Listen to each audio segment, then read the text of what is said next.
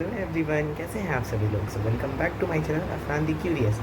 सो आज आप लोग का जैसे कल फिज़िक्स का पेपर हो गया है एंड ये केमिस्ट्री का बहुत डिमांडिंग वीडियो था, लेकिन क्या करूँ, मेरा भी एग्ज़ाम था एंड मैंने सोचा था कि कल रात में ही बना दूंगा, बट एक फंक्शन में जाना पड़ा एंड मैंने सोया भी नहीं था, तो उसके लिए मुझे आज बनाना पड़ रहा है। तो उसके लिए सॉरी कि आप लोग का टाइम भी बहुत कम है पढ़ने का। सो आज जो है ना केमिस्ट्री के बारे में जल्दी से बात कर लेंगे कि आपको क्या क्या मेन में पढ़ना है, ठीक है। एंड आप इसका एक अगले वीडियो आएंगे जिसमें अगर मान लो आपका सब पढ़ा हुआ है, आपको डिवीजन क्या और कैसे 100 में 100 स्कोर करना है, तो वो वाला वीडियो देख सकते हैं, ठीक है। या चाहे तो ये भी देख सकते हैं, आपकी मर्ज़ी। अगर आपका पूरा पढ़ा हुआ है तो आपको ये वाला वीडियो देखने की ज़रूरत नहीं है, ठीक है। सो चलिए अब हम लोग डिस्कस कर लेते हैं कि आपको एग्जैक्ट क्या पढ़ना है, ठीक है। केमिस्ट्री में मतलब मेन जो है सब कुछ, तो ऑब्वियसली अब टाइम नहीं है, एक दिन में क्या ही होगा एक दिन में, तो ऑब्वियसली 100 थोड़ी आएगा एकदम, मतलब ज़ीरो से पढ़ के। लेकिन ऐसा कितना पढ़ सकते हैं कि आपका 80 90 70 या मेन टॉपिक्स, ठीक है। क्योंकि आप लोग जैसे देख रहे हैं कि हर सब्जेक्ट में मेन टॉपिक्स बता देना और उसी से आ रहे हैं, बट ऑब्वियसली बातें उसी से आते हैं बोर्ड्स में। ऐसा कुछ नहीं है कि बोर्ड्स में एकदम न्यू आते हैं। तो चलिए अब उसके बारे में हम लोग देख लेते हैं। ये देख सकते हैं, चाहें तो आप लोग इसका स्क्रीनशॉट भी ले सकते हैं, ठीक है। अब हम लोग 1 बाय 1 जल्दी जल्दी डिस्कस कर लेते हैं कि क्या आपको ऐसे पढ़ना है, ठीक है। बुक से भी मैं बता दूंगा, ठीक है। तो अब यहाँ आप लोग देखिए, तो पहले चैप्टर में जो है ना periodic table and properties and periodic properties and their order, ठीक है, ये याद करना है। जैसे ये मान लो ये चैप्टर है, सो इस चैप्टर का आपको ये सब उतना याद करना है, अब टाइम नहीं है, ठीक है। ये सब छोड़ दीजिए, अगर आपने पढ़ा है, ठीक है। ये सब कुछ नहीं, ये आपको पता ही होगा, क्लास 9 से 8 से देखते हुए आ रहे हैं ना, तो ये आपको याद है। नहीं है तो आप लोग को ये पढ़ लेना है, ठीक है, up to 20 line by line, ठीक है, ताकि आप एग्जाम में एकदम सेम ऐसा ऐसा लिख के आ जाए। क्या कीजिएगा, हाइड्रोजन, हीलियम, लिथियम, बेरिलियम, फिर उसके बाद बोरॉन, कार्बन, ऐसे करके यहाँ तक आपको कैल्शियम तक लिखना आना चाहिए पीरियोडिक टेबल फॉर्म में, ठीक है। तभी आप एग्जाम में ऐसा क्वेश्चन आएगा, बहुत इंपॉर्टेंट होता है, ठीक है। एंड बाकी ये सब करने की ज़रूरत नहीं है, ये पता ही होता है, कार्बन फैमिली, नाइट्रोजन फैमिली, ठीक है। तो ये सब करने की उतनी ज़रूरत नहीं है। अच्छा, कॉज ऑफ पीरियोडिसिटी क्वेश्चन शायद नहीं आएगा, वैसे उतना इंपॉर्टेंट नहीं है, ठीक है। यहाँ आप लोग देखिए, सो पीरियोडिक प्रॉपर्टीज़ यही सबसे ज़्यादा इंपॉर्टेंट है, यही पूरे चैप्टर में। देखिए अगर आप लोग सिलेबस भी देखेंगे तो देखिए periodic properties and variation of properties, यही क्वेश्चन सिलेबस में भी है। तो ये सब तो है भी नहीं ऐसे भी सिलेबस में, फिर भी कभी पूछ सकता है, मगर उतना इंपॉर्टेंट नहीं है, ठीक है। सो पीरियोडिक प्रॉपर्टीज़ में जो ये सारे प्रॉपर्टीज़ अच्छे से आप लोग को देख लेना है, ठीक है, कि डाउनर ग्रुप क्या होगा और इसमें कुछ एक्सेप्शन होता है कुछ, ठीक है, वो याद करना है, सारे नहीं। और ये याद कर लेना है कि कैटायन जो है वो हमेशा छोटा होगा, ठीक है। वो कैसे याद करना है कि कैटायन क्या करता है, एक इलेक्ट्रॉन दे देता है, चूँकि इलेक्ट्रॉन दे देता है तो वो छोटा हो जाता है, बस ऐसे याद रखना है, ठीक है, कि कैटायन इलेक्ट्रॉन दे देता है, अगर कोई चीज़ दे दे रहा है तो वो छोटा हो जा रहा है, ठीक है। और यहाँ पे ये मेटालिक कैरेक्टर पढ़ लेना है आपको, डाउनर ग्रुप वगैरह वगैरह, ठीक है। नॉन मेटालिक कैरेक्टर ये सब आप लोग को रीड कर लेना है, क्योंकि ये हमको लगता है ना, ये आप लोग का चैप्टर हाफ एन आवर में हो जाएगा। मतलब कि आप लोग को इसमें सिर्फ रीड करना है, और ये अगर आप लोग इंटरनेट से निकाल सकते हैं ये इसका ऑर्डर, या फिर आप लोग अगर मुझे भी डीएम करेंगे तो मैं आपको भेज दूँगा, ठीक है। सो ये हो गया, एंड यहाँ पे ये हो गया, ठीक है। सो ये चैप्टर आपका मुश्किल से, क्योंकि इसमें सिर्फ आपको क्या करना है ना, डेफिनेशन पढ़ना है एंड उसका ये सीरियल वाइज याद करना है कि पहले कौन होगा, फिर आगे क्या होगा, समझ गया ना, ऑर्डर। चलिए अब इस चैप्टर से हम लोग आगे बढ़ते हैं, क्योंकि इस चैप्टर में ज़्यादा कुछ है नहीं, वही चीज़ एटॉमिक नंबर, मास नंबर। अच्छा, ये टेबल तो ऑब्वियस ही बात है कि ज़्यादातर लोगों को पता ही होता है, ठीक है। हेलोजन ग्रुप के बारे में लिख देना है एंड इसके बारे में लिख देना, जो पहले पढ़ा है वो हो जाएगा, ठीक है। एंड ये सब टेबल नहीं, उतना पढ़ने का ज़रूरत नहीं है। बस आप लोग ये एक चीज़ मैं आपको बता दूं कि आपने न्यू क्या सुना है, इलेक्ट्रॉन एफिनिटी, इलेक्ट्रोनिगेटिविटी, एंड ये क्लास 9 में भी था वैसे। एंड आप लोग कुछ बात कर लें तो एक वो था आयनाइजेशन एनर्जी, ठीक है। ये जो तीनों है ना, ये तीनों का एक ही पैटर्न फॉलो होता है, ionization energy, electron affinity, electronegativity. Across the period ऐसे बढ़ता है, ऐसे घटता है, मतलब नीचे जाने में घटता है, ठीक है। तो इस समझ में आ रहा है, नीचे जा रहे हैं, डाउन हो रहा है, आप लोग डाउन भी ऐसे ही बनाते हैं ना, तो वो हो गया, ठीक है। इसलिए अब हम लोग केमिकल बॉन्डिंग में आते हैं। ये तो आपने क्लास 9 में पढ़ा है, आपको कोई टेंशन नहीं होगा, ठीक है।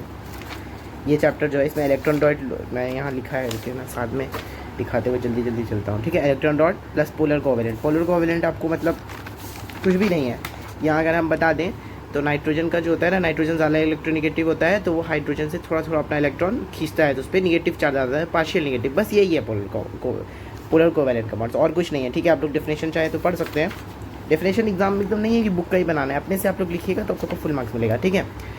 सो यहाँ पे ये देख सकते हैं सॉरी। सो यहाँ आप लोग आएँ तो ये तो आप लोग क्लास 8-9 से पढ़ते हमारे मतलब इलेक्ट्रोकोवेलेंट और कोवेलेंट। तो इसमें जो आपने पढ़ा है वो भी लिख दीजिएगा, तब भी आपको नंबर मिल जाएगा। ऐसा बोर्ड्स में रूल नहीं है कि एकदम क्लास 10 का ही लिखना है, पर हाँ एक पॉइंट आप क्लास 10 का भी लिख देंगे तो अच्छा रहेगा कि इलेक्ट्रिसिटी कंडक्टिंग जो होता है, कोवेलेंट कंपाउंड जो होता है, नॉन कंडक्टर होता है एंड ये को कंडक्टर होता है, ठीक है। ऐसे करके लिख देंगे। एंड लोन पे आपको पता ही होगा जो पार्टिसिपेट नहीं करते हैं, ठीक है। तो ये चैप्टर आपका कितना ईजिली हो गया, ठीक है। अच्छा, एसिड बेस एंड सॉल्ट्स में मैंने लिखा है क्लासिफिकेशन ऑफ एसिड्स। तो ये जो है ये सब अभी आप छोड़ दीजिए। क्लासिफिकेशन ऑफ एसिड्स में ये आप लोग देख लीजिए, ऑर्गेनिक, इनऑर्गेनिक एंड ये, ठीक है। यहाँ से आपका कुछ रिएक्शन, क्योंकि ये रिएक्शन जो है ना आपका आगे भी मिल जाएगा, NaOH + HCl, ये मतलब याद करने का ज़रूरत नहीं है, ये चेंज हो गया, ठीक है। डबल डिस्प्लेसमेंट जो बोलते हैं ना, NaCl और H2O, तो ऐसे हो गया, ठीक है। एंड डाइबेसिक, बाकी आप लोग को ये इतना, ये ट्राइबेसिक एसिड है ना, ठीक है, कि मतलब 3H+ दे रहा है, बस हो गया। ट्राइबेसिक मतलब 3H+ देगा। एंड यहाँ आप लोग देखें तो H4SiO4, H कितना है 4 है, तो उसका बेसिसिटी 4 हो गया, मतलब वो 4H+ देगा, ठीक है। एंड ईजी है, ये फॉर्मूला याद करने का ज़रूरत नहीं है, ये नहीं आएगा, ऐसा आता ही नहीं है। अच्छा, फिर ये आप लोग रीड कर लीजिएगा, मतलब इसमें याद करने का एकदम नहीं है कि एकदम रट लूँ मैं रिएक्शन, नहीं, मैं आपको बता रहा हूँ क्या रिएक्शन रटना है, ठीक है। ये आप लोग सिर्फ रीड कर लीजिएगा, ऊपर से देख लीजिएगा, जितना जैसा जिसको टाइम मिले, जिसका पढ़ा हुआ है वेल एंड गुड, जिसका नहीं पढ़ा हुआ है उसके लिए मैं बता रहा हूँ। अच्छा, बिलो 200 NaH होगा एंड अबव 200 Na2, ये बहुत इंपॉर्टेंट रिएक्शन है, ये आपको आगे मिलेगा, मतलब ऐसा रिएक्शन, ठीक है। तो मैं बता रहा हूँ बेसिस के बारे में बहुत कोई बोल रहे थे कि सिलेबस में है या नहीं है, तो ये लोग रीड कर लीजिएगा। और क्लासिफिकेशन ऑफ बेसिस, लेकिन बेसिस जो है ना ये जैसे कि आपको, ये तो ऑब्वियसली क्लास 9 में भी आपको पता ही होगा कि अमोनियम हाइड्रोक्साइड जो है H4OH होता है, तो उसका टेंशन नहीं है, ठीक है। एंड आगे बढ़ें। सो प्रिपरेशन ऑफ बेसिस, ये सब आप लोग देख लीजिएगा, मतलब बहुत ज़्यादा नहीं है, ठीक है। ZnO3 को ZnO2O2, ठीक है, हो गया, टूट गया। एंड ये पता है क्लास 9 में भी विजय दलाल की जो बुक है उसमें भी ये दिया हुआ था। एंड मेरे स्कूल में खुद दलाल बुक फॉलो होता था, लेकिन मैंने जो है ये सेरीना ही पढ़ा क्योंकि ये मुझे ज़्यादा अच्छा लगा था, ठीक है। तो ये मैं बताता हूँ, और ये आप लोग को पढ़ने की ज़रूरत नहीं है, ठीक है। pH ये सब नहीं है, ये आप लोग को ये देखने की ज़रूरत नहीं है। इंपॉर्टेंस ऑफ pH आप लोग खुद से एग्जाम में लिख देंगे कि भाई इसका ये होता है, समझ के लिख देंगे। मेडिसिन में pH का कैसे यूज़ होता है रीड कर लेंगे तो ज़्यादा अच्छा होगा, आराम अपने से लिखने में, ठीक है।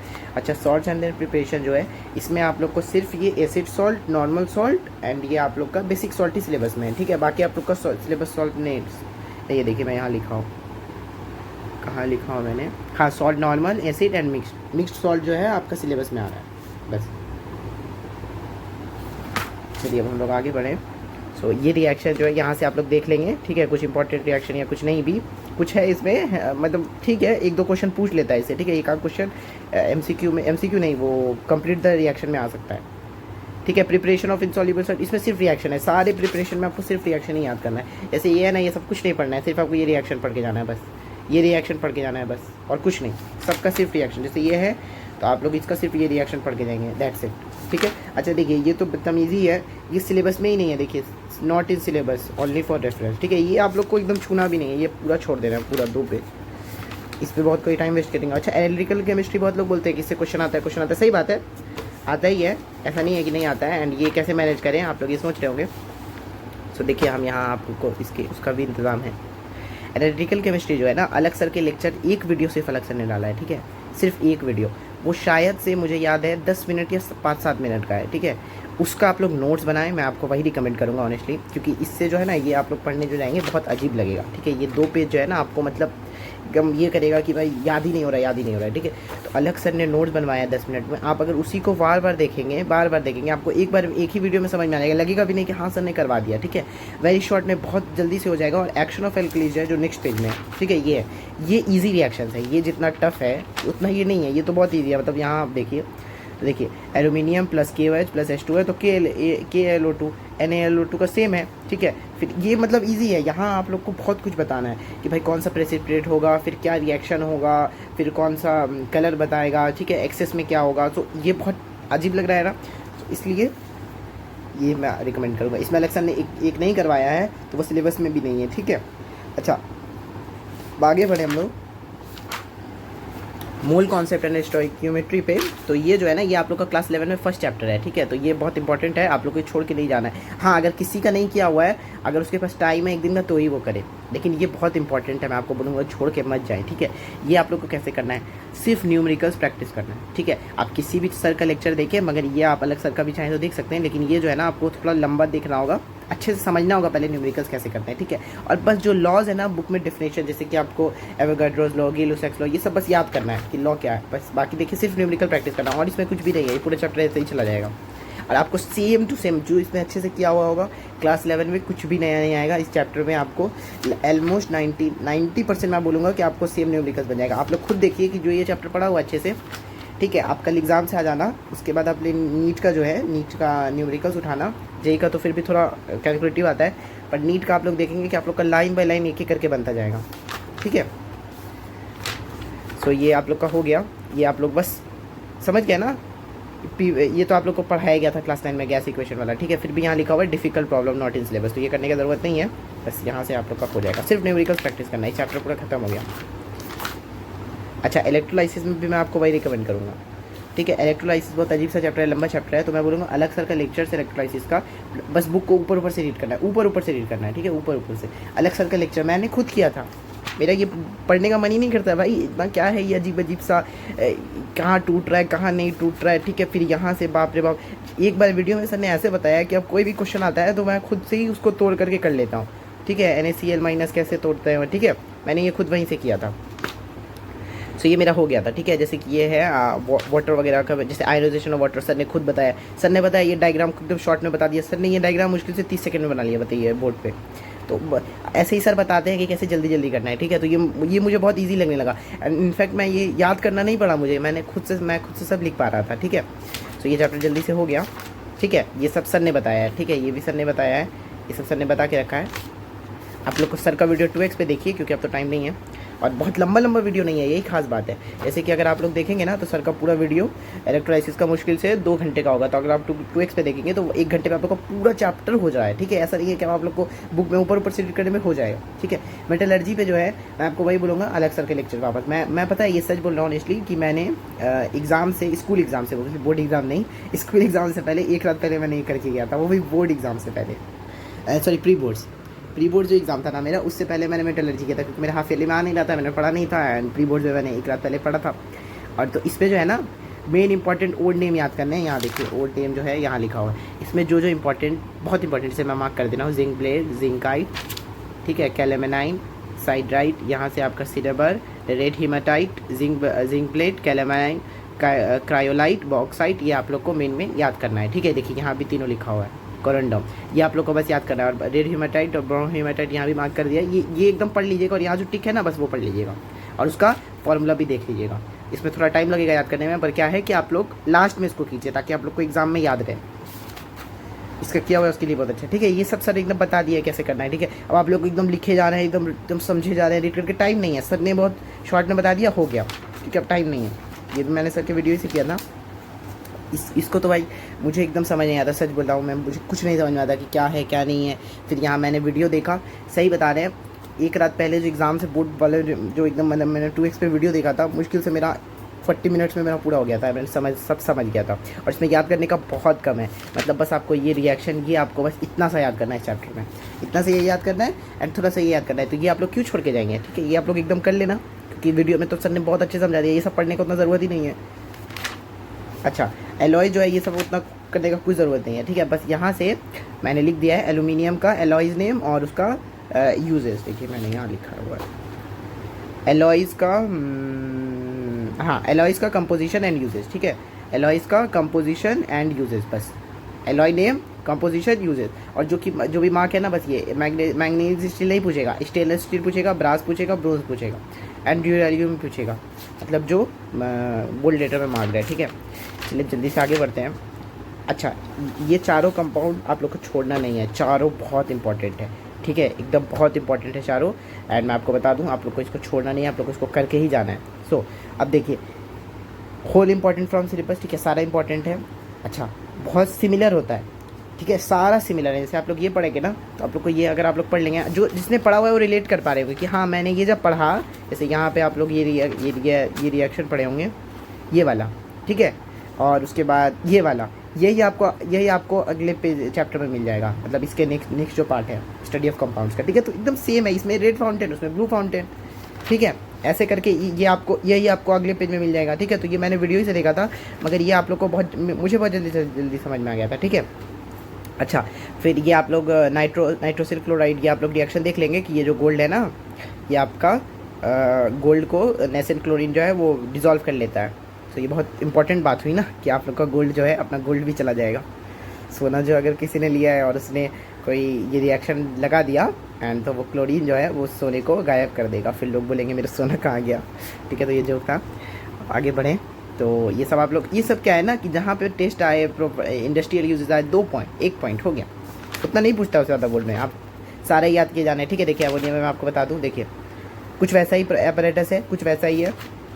ठीक है, अच्छा ये आप लोग देख लेंगे, ये भी मैंने वीडियो में देखा था, मगर ये सर ने बहुत इजीली तरीके से बताया था। ठीक है, कि आप लोग एकदम अच्छे से रटे जा रहे हैं कि ये कैसे लिखेंगे, एकदम यही लिख के आना, नहीं भाई एकदम ये लिख के नहीं आना है, आप लोग इसके आसपास जैसा भी लिख देंगे ना, मतलब कि समझ आना चाहिए बस एग्जामिनर को। ठीक है, ये रीड किए जा रहे हैं, उतना टाइम नहीं है। ठीक है, देखिए मैं आपको बताया था ना, अभी ब्लू फाउंटेन, वहाँ रेड फाउंटेन था, तो जो वो समझ जाएगा वो इसको समझने में बहुत कम टाइम लगेगा। लोन पेयर जो पहले पढ़ा होगा केमिकल बॉन्डिंग में, वो ये समझ जाएगा। ठीक है, तो ये चैप्टर भी आप लोग का हो जाएगा बहुत ईजिली।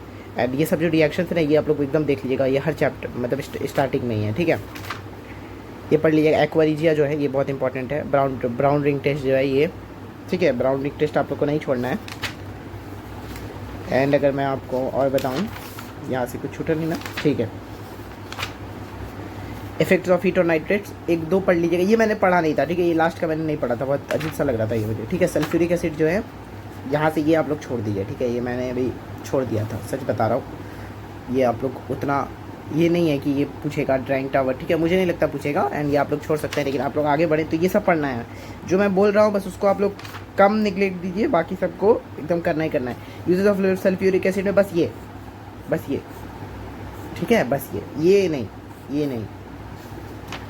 आगे बढ़े सो ऑर्गेनिक केमिस्ट्री, हाँ इसमें मैं आपको बता दूँ, ये सब आप लोग छोड़ दीजिए पहला पेज। अगर जिसने पढ़ा हुआ है वो रिवीजन करना चाहे, जो करना चाहे वो कर सकता है। ठीक है, जो ये आपका नोमेनक्लेचर है ना, ये 1 घंटे का अक्सर का लेक्चर है। ठीक है, मैं आपको अक्सर इसलिए बोलता हूँ क्योंकि आप लोग को समझ में आ जाता है। अगर आप लोग को नहीं समझ में आता है तो आप लोग को जिसको समझ में आता है आप लोग उसका देखिए, मगर देखिए ऐसा नहीं कि आप लोग खुद से समझ जाएंगे, बहुत टाइम वेस्ट होगा। मैं सच बता रहा हूँ, जो रिलेट कर पा रहे होंगे। नोमेनक्लेचर का अक्सर का 1 घंटे का वीडियो है। ठीक है, वो मैंने वही बस पढ़ा था, उससे मेरा पूरा नोमेनक्लेचर हो गया। पूरा नोमेनक्लेचर आपका पहला एक्सरसाइज हो जाएगा। ठीक है, अच्छा मैं आपको ऑनेस्टली बोलूँगा कि दूसरा तीसरा पार्ट के लिए अलग सर का लेक्चर्स मत देखिए, क्योंकि इसमें आपको थोड़ा याद ही करना है, चाहे जो बोलिए। एल्केज जो है इसमें आप लोग ये पढ़ लिए। ठीक है, इसका जो एक बहुत फेमस है, कह दो ना +2, सुना होगा आपने, CnH2n+2। ठीक है, इसका जो जनरल फार्मूला होता है कि अगर मान लो C5 है तो H जो है वो 12 हो जाएगा। ठीक है, तो ये आप लोग को यहाँ से, यहाँ क्या है ना कि बस ये एल्केन ही सबसे बड़ा है, जबकि जो भी देखिए आप लोग सिर्फ 4 पेज का है, तो घबराते हैं लोग, सिर्फ 4 पेज का तो एल्केन है, यही सबसे बड़ा है बस। तो इसमें भी आपका यहाँ पे तो आपको जो सर ने बता दिया आइसोमेरिज्म से ही हो जाएगा। ठीक है, और यहाँ मीथेन अकरेंस ये सब, यहाँ असल बात करें तो यहाँ से चालू होता है ना लेबोरेटरी प्रिपरेशन। ये भी नहीं आएगा कभी एग्जाम में, पूछा है नहीं पूछा है तो ये तो आएगा नहीं। लेबोरेटरी प्रिपरेशन सोडियम इथेनॉइड से कैसे बनाते हैं, ये आप लोगों को क्लास 11 में भी मिलेगा। ठीक है, यही रिएक्शन आप लोगों को क्लास 11 में भी मिलेगा। तो मैं इसमें आप लोग को थोड़ा बता दूँ, देखिए CH3CWN + NaOH, ये रिएक्शन आप लोग को याद करके जाना है एकदम, ये बहुत इंपॉर्टेंट है, ये रिएक्शन याद करके जाना है। ठीक है, ये पढ़ लेना है, इनफैक्ट ये पूरा ही पढ़ लेना है। ठीक है, ये एपरेटस भी देख लेना है। ठीक है, अच्छा अदर मेथड ऑफ प्रिपरेशन, आयोडोमीथेन जो है वो आप लोग को पढ़ लेना है। ठीक है, ये आयोडोमीथेन वगैरह आप लोग पढ़ लीजिएगा। Ethane from alkyl, alkyl halide क्या होता है ना, देखिए एल्काइल मतलब कि CH4 है या कोई भी ग्रुप है उसमें -H कर दीजिए। ठीक है, अब जैसे कि मान लो मेरा C2H5 है, ठीक है, ऑब्वियसली इथेन है, अब इसमें -H कर दें तो क्या बचता है, C2H4 बचता है ना, वही आपका ये हो गया एल्काइल हो गया। हैलाइड मतलब हेलोजन, तो आप लोग अगर CH4H है, इसमें H माइनस करें तो CH3 बचा, तो CH3Cl एल्काइल, और ये Cl जो है वो हैलाइड।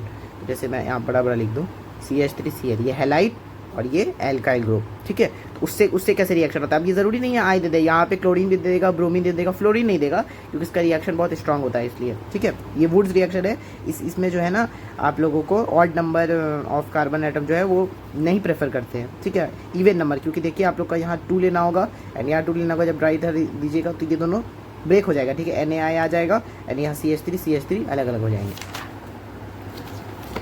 ये बहुत इजी लगा था मुझे, आप लोग को बस क्लोरीन हटाते जाना है, क्लोरीन हटाते जाना है, क्लोरीन हटाते जाना है। ये क्लोरोफॉर्म आप लोग ज़रूर देख लीजिएगा कि CHCl3 को बोलते हैं। ठीक है, एंड यहाँ आप लोग ये समझ गए होंगे, यहाँ आप लोग को ये सब रिएक्शन देख लेना है, ये छोड़ के नहीं जाना है। ये हो गया, ये एक पेज तो एकदम मतलब 2 मिनट में हो जाएगा, वैसा मैं आप सच बोलूँ तो, ठीक है। यहाँ आप लोग को वापस वही चीज़ देखना है, जो वो पढ़ा होगा उसके लिए ईजी होगा, सच बोल रहा हूँ, जो वो पढ़ा होगा उसके लिए ईजी होगा, ठीक है। देखिए 1,2 डाइक्लोरोइथेन जो नॉर्मल क्लास में पढ़ा है वो बना लेगा कि कहाँ से नंबरिंग करना है, नंबरिंग कहाँ से ईजी पड़ेगा, क्या पड़ेगा, इसमें तो कुछ नंबरिंग ही नहीं है, कहीं यहाँ से भी कीजिए, यहाँ से 1,2 तो 1,2 पड़ेगा डाइक्लोरोइथेन। यूजेस ऑफ इथेन में दो यूजेस पढ़ लीजिएगा, हो गया। एल्काइन जो सबसे छोटा है, ये 3 पेज का खत्म। यूजेस ऑफ इथाइन है इसमें, और उसमें भी पहला पेज तो उतना यही नहीं है, बस आप लोग को मेन तो यही पढ़ना है ना, मेन तो यही पढ़ना है। एंड यहाँ कुछ रिएक्शन देख लेना है, हो गया। एंड यहाँ एल्कोहल जो है, एल्कोहल भी ईजी है, ये पेज तो आप लोग का तुरंत हो जाएगा, मतलब ये पेज में कुछ है नहीं है। यहाँ बात करें तो प्रिपरेशन में आप लोग को एक्वस ये याद कर लीजिएगा कि KOH अगर एक्वस होगा तो क्या होगा, और अगर एल्कोहलिक होगा KOH आगे है तो वो क्या होगा, ठीक है।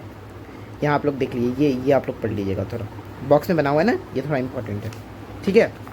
अच्छा कार्बोक्सिलिक एसिड जो है, इसमें आप लोग देख लीजिएगा कि फॉर्मिक एसिड, ये तो मतलब बहुत जल्दी हो जाएगा। इसका कॉमन नेम और IUPAC नेम देख लीजिएगा, ठीक है। चारों जो है, जो भी इसमें दिया हुआ है ना बॉक्स में, वो पढ़ के चले जाइएगा। फिजिकल प्रॉपर्टीज़ पूरा पढ़ने की ज़रूरत नहीं है कि बैठ के रटे जाना है, ये रटे जाना है, ये रटे जाना है, नहीं, इसको छोड़िए, नहीं रटना है। एक पेज का है, इसमें आप लोग क्या मतलब ये बताएंगे, ठीक है। रिएक्शन ऑफ स्टरीफिकेशन पूछ सकता है ना भाई, कि रिएक्शन ऑफ स्टरीफिकेशन के बारे में थोड़ा बताओ, या ये रिएक्शन पूछ सकता है जो बहुत इंपॉर्टेंट है, ये रिएक्शन पूछ सकता है, ये रिएक्शन पूछ सकता है, ठीक है। तो देखिए आप लोग का चैप्टर हो गया टोटल। अच्छा मैं यहाँ बता दे रहा हूँ जल्दी से, ये आप लोग का सब इंपॉर्टेंट है, ठीक है, वेरी सिमिलर। अच्छा नोमेनक्लेचर जो है वो आप लोग लेक्चर्स देख लीजिएगा। रेस्ट पार्ट जो है रिएक्शन लर्न करना है, और इजी पैटर्न रिकग्नाइजेबल है। एल्केन जो पढ़ लेगा, एल्किन एल्काइन, उसके लिए ईजी होगा। प्रैक्टिकल केमिस्ट्री में बोलूँगा एक्स्ट्रा है, मैं छोड़ के गया था, अगर आप लोग को करना है तो कर सकते हैं, एंड अगर आप लोग को छोड़ना है तो आप लोग छोड़ भी सकते हैं, आप लोग अपना देख लें। अच्छा मैं यहाँ आप लोग को दिखा दूँ कि ये जो था ना, ये देखिए पहला ही क्वेश्चन प्रैक्टिकल केमिस्ट्री से था। ये कहाँ से था मुझे जो जहाँ तक सबने बताया कि प्रैक्टिकल केमिस्ट्री से है, एंड मेरा ये गलत हो गया था पहले ही MCQ। सो घबराना नहीं है, अगर आप लोग को पहला भी गलत हो जाए ना, आगे पढ़ना है कि आगे कितना अच्छा करना है, ठीक है। तो आप लोग समझ गए होंगे कि अब कैसे पढ़ना है, ठीक है, मतलब क्या एग्जैक्टली करना है, ठीक है। अब एक दिन है, अब आप लोग जितना जल्दी हो सके उतना जल्दी कर लीजिए। एंड ये आप लोग छोड़ के मत जाइएगा, ये भी छोड़ के मत जाइएगा, नहीं ये आप लोग छोड़ के जा सकते हैं, ठीक है। एसिड बेसिस सॉल्ट्स, अगर ये थोड़ा आप लोग को बड़ा लगे, क्योंकि टाइम टेकन है, जो सच बात है, ऑनेस्टली ये टाइम टेकन है। जिसका कुछ नहीं किया हुआ मैं उसके लिए बता रहा हूँ, बाकी सब रिवीजन कर लेना आप लोग, ठीक है। ये आप लोग एकदम कर लीजिएगा। ये चैप्टर 1 to 4 हो गया, क्योंकि 2 ईजी है। मोल कॉन्सेप्ट कर लीजिएगा, क्यों छोड़ना। Electrolysis metallurgy same to same है, ईजी है, और ये आप लोग को नहीं छोड़ना है, ये आप लोग को करके जाना है। ये आप लोग फिर छोड़ सकते हैं, मतलब प्रैक्टिकल केमिस्ट्री और एसिड बेसिस सॉल्ट्स आप लोग छोड़ सकते हैं। आप लोग का कुछ नहीं किया हुआ है तो बता रहा हूँ, नहीं तो ज़रूर करना, ठीक है। प्रैक्टिकल केमिस्ट्री एक्स्ट्रा है, और ये सिलेबस में भी वैसे नहीं लिखा रहता, पर एक आध क्वेश्चन आ जाता है। अब देखिए 1-2 मार्क्स का क्वेश्चन आता है, उसके लिए उतना टाइम वेस्ट करना, आप लोग होशियार हैं कैसे पढ़ना है, ठीक है। ऑर्गेनिक केमिस्ट्री नहीं छोड़ना है, इसका नोमेनक्लेचर बिल्कुल नहीं छोड़ना है आप लोग का। ऐसे देखिए मैं आपको दिखा दूँ लास्ट ईयर के पेपर से, ये आप लोग का 5 मार्क्स एकदम गारंटीड हो जाएगा, गारंटीड 5 मार्क्स हो जाएगा, समझिए। 2 और ये 3, 5, मेरा ये 5 सही हुआ था, ठीक है। अब आप यहाँ देखिए लास्ट ईयर जो है ना, ये आप लोगों का क्या आया था, अमोनिया गैस के बारे में आया था, तो अमोनिया गैस के बारे में आ गया था। तो स्टडी ऑफ कंपाउंड में जो अमोनिया वाला है ना, वो इस बार आप लोग छोड़ सकते हैं, नहीं आएगा एकदम, मैं श्योर बता रहा हूँ, नहीं आएगा, आप लोग वो छोड़ सकते हैं, मतलब ये 5 नंबर वाले में। और इसमें आप लोग का कोई दूसरा आ जाएगा, मतलब आप लोग का सल्फ्यूरिक एसिड आ सकता है, आपका HCl आ सकता है, H2SO4 आ सकता है, लेकिन अमोनिया जो है वो नहीं आएगा। रिपीट बहुत कम होता है बोर्ड्स में, ठीक है, ये ट्रेंड एकदम फॉलो होता है। जो देखिए मैं क्वेश्चन पेपर में सारा कैसे लिखता था, एंड वहाँ दिमाग लगाता था कि कैसे कैसे करना है आंसर, ठीक है। तो ये मेरा पेपर था, चलिए आप लोग समझ गए होंगे। तो आप लोग केमिस्ट्री में मोस्ट इंपॉर्टेंट समझ ही होंगे कि क्या कैसे पढ़ना है, एंड जल्दी अब आप लोग पढ़ने चाहिए, क्योंकि अब आप लोग का कल एग्जाम है, and best of luck exam के लिए। सो अब हम लोग होप करते हैं केमिस्ट्री अच्छा रहेगा। केमिस्ट्री का पेपर ना बहुत टफ नहीं आता है, आप लोग जो रिएक्शन अच्छे से पढ़ा होगा, जो मैंने बताया जिस चैप्टर से, वो रिएक्शन अगर आप लोग देख लेंगे तो आप लोग का रिएक्शन हो जाएगा। एंड और भी जो इंपॉर्टेंट पार्ट है ऑर्गेनिक केमिस्ट्री में, आप लोग का नोमेनक्लेचर वगैरह वो सब आता ही है, एंड ईजी आता है केमिस्ट्री का पेपर, ठीक है। बायो का तो सबसे ईजी आता है, ठीक है। तो बायो का तो अभी टाइम है, बायो का बात करेंगे, टाइम तो नहीं है, पर हाँ बायो को जल्दी बात करेंगे। एंड अब आप लोग समझ गए होंगे, चलिए आप लोग जल्दी से पढ़िए, वीडियो को लंबा नहीं करते हैं, ठीक है। तब तक के लिए बाय। और हाँ स्ट्रैटेजी वीडियो जो है, मतलब कि कुछ टिप्स वगैरह कि क्या एग्जाम में छोटी मोटी गलतियाँ जो हो जाती हैं उसको अवॉइड करनी है, तो वो अगली वीडियो है, जिसका अच्छे से 100% किया हुआ है वो देख सकता है। एंड जिसका मतलब कि जिसको पढ़ना है वो टाइम वेस्ट ना करें, एंड आप लोग जल्दी पहले पढ़ाई कीजिए केमिस्ट्री का, ठीक है। चलिए बेस्ट ऑफ लक, हम लोग मिलेंगे अगले वीडियो में, तब तक के लिए बाय। अपना ध्यान भी रखिए, और हेल्थ का भी बहुत इंपॉर्टेंट ख्याल रखिए, ठीक है, बाय।